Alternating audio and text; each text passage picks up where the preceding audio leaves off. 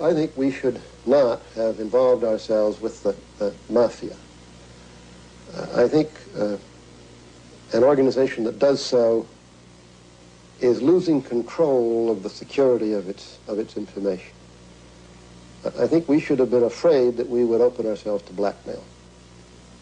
If I read you correctly, you're saying it's the involvement with the mafia that disturbed you and not the need or decision to assassinate a foreign leader. Correct. It's a chilling thought, made more chilling by the assassination of John Kennedy. The accusations linger. In some minds, the suspicions persist of a dark, unsolved conspiracy behind his murder. You can dismiss them, as many of us do, but knowing now what our secret government planned for Castro, the possibility remains.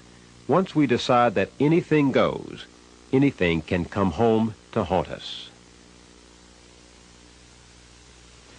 The sad thing of the last few years is, both with regard to Central America, where our covert activities have included assassination manuals, as well as what may have occurred in Libya with regard to a bombing raid on Gaddafi, a person no American can sympathize with, is that the assassination issue has reared its head again as an extreme example of a covert kind of activity.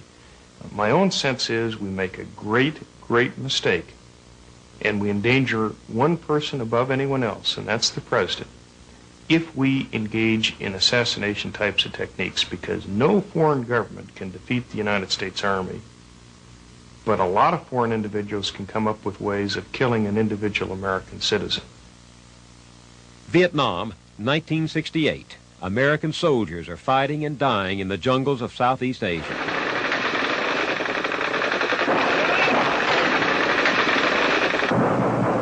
But the Vietnam War didn't start this way.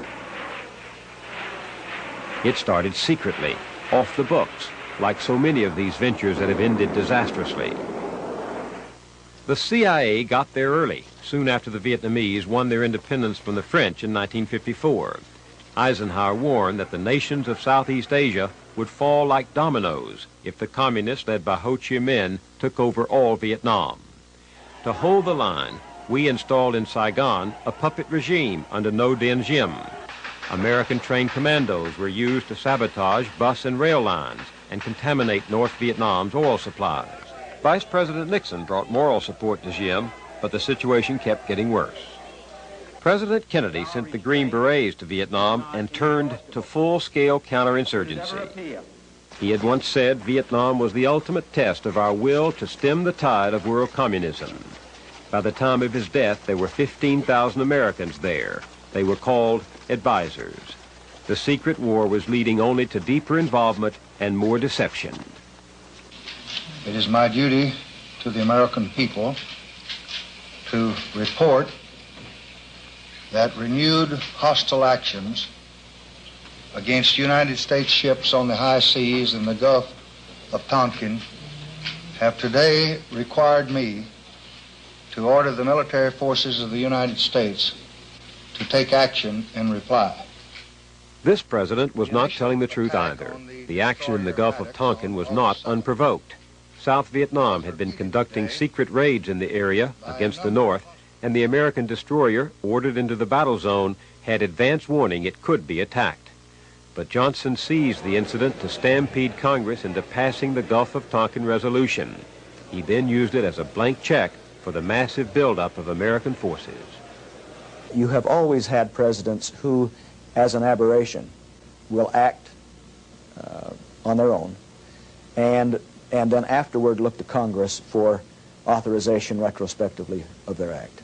But in this case, you had a full-dress defense of inherent presidential power, inherent executive power, and the power as commander-in-chief to use the Army and the Navy whatever way they wanted. The Constitution is clear on this, too. Congress shall have the power to declare war. April 1965, 2 battalions of Marines land in South Vietnam, the first of more than 2.5 million Americans to fight there with no congressional declaration of war. The dirty little war that began in secret is reaching full roar.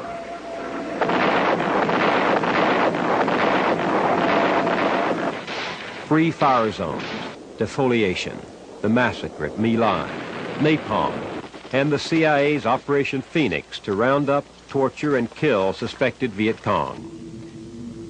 We were murdering these people, incinerating them. Ralph McGehee was there for the CIA and helped set up South Vietnam's secret police. My efforts had resulted in the deaths of many people. And I just, for me, it was a period when I guess I consider myself nearly insane. I just couldn't reconcile what I had been and what I was at the time becoming. And it was so painful for me. It's just hard for me to express it because I became completely antisocial. I couldn't deal with anybody. I just was dealing mentally. It was an internal battle.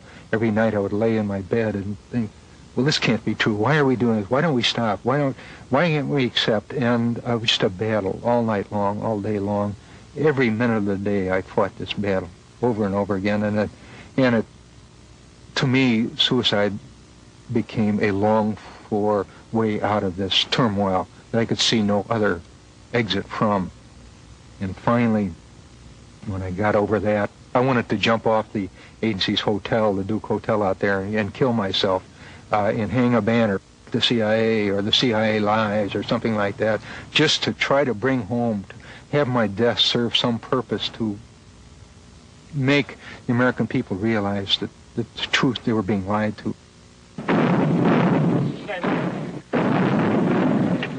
Many of the secret warriors in Southeast Asia had no such doubts or regrets.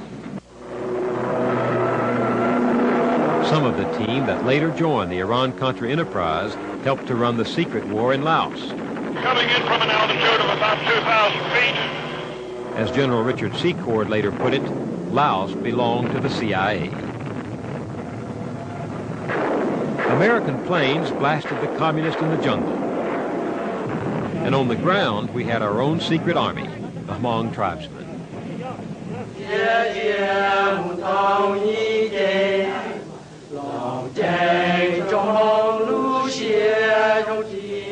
The Hmong fought the communists for 15 years, while our secret government made grandiose promises to them about the future.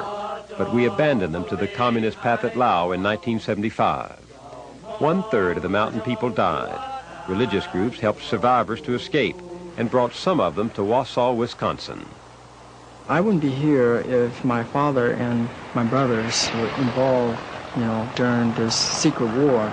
I am here because I have no choice of being here. And I'd be, like I say, an example here right now, 27 years after, of a CIA, goof up, because they weren't willing to carry through their, goals.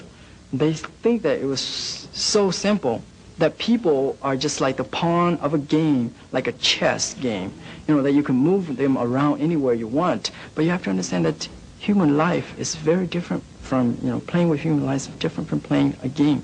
Because a game, once you lose, there's nothing at stake. But when you lose a person's life or devastate a whole country as they did to my country, then it's very important, Please. During the hearings this summer, Oliver North repeated something we've heard often in the last 40 years from presidents and the president's men. I want you to know lying does not come easy to me. I want you to know that it doesn't come easy to anybody. But I think we all had to weigh in the balance the difference between lives and lies. But these memories suggest a different equation. The lives lost because we lied to ourselves and to others. Someone always pays for decisions made secretly in Washington. Looking at such pictures brings to mind the words of an old ally, a Vietnamese official who survived the